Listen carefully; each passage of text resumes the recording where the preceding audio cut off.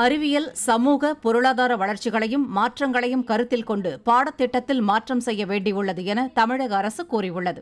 தொழில்நுட்ப வளர்ச்சிக்கேற்ப பள்ளி மாணவர்கள் தகவல் தொழில்நுட்பம், கணினி பாடத்தை அறிவியல் பாடத்துடன் இணைத்து கற்கவும் தீர்மானங்கள் நிறைவேற்றப்பட்டதாகவும் தெரிவிக்கப்பட்டுள்ளது.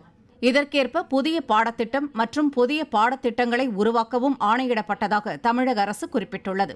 பள்ளிக்கல்வி பாடத்திட்டங்கள் தரமானதாகவும் சிபிஎஸ்இ உள்ளிட்ட பாடத்திட்டங்களுக்கு மேலானதாகவும் அமைய வேண்டும் என்பதால் கலைத்திட்ட வடிவமைப்பு குழுவினை உருவாக்க வேண்டியுள்ளது எனவும் தமிழக அரசு அறிவித்திருந்தது. அதன்படி அண்ணா பல்கலைக்கழக முன்னாள் துணைவேந்தர் பேராசிரியர் அனந்தகிருஷ்ணன் தலைமையில் மொத்தம் 10 பேர் கொண்ட குழு அமைக்கப்பட்டுள்ளது.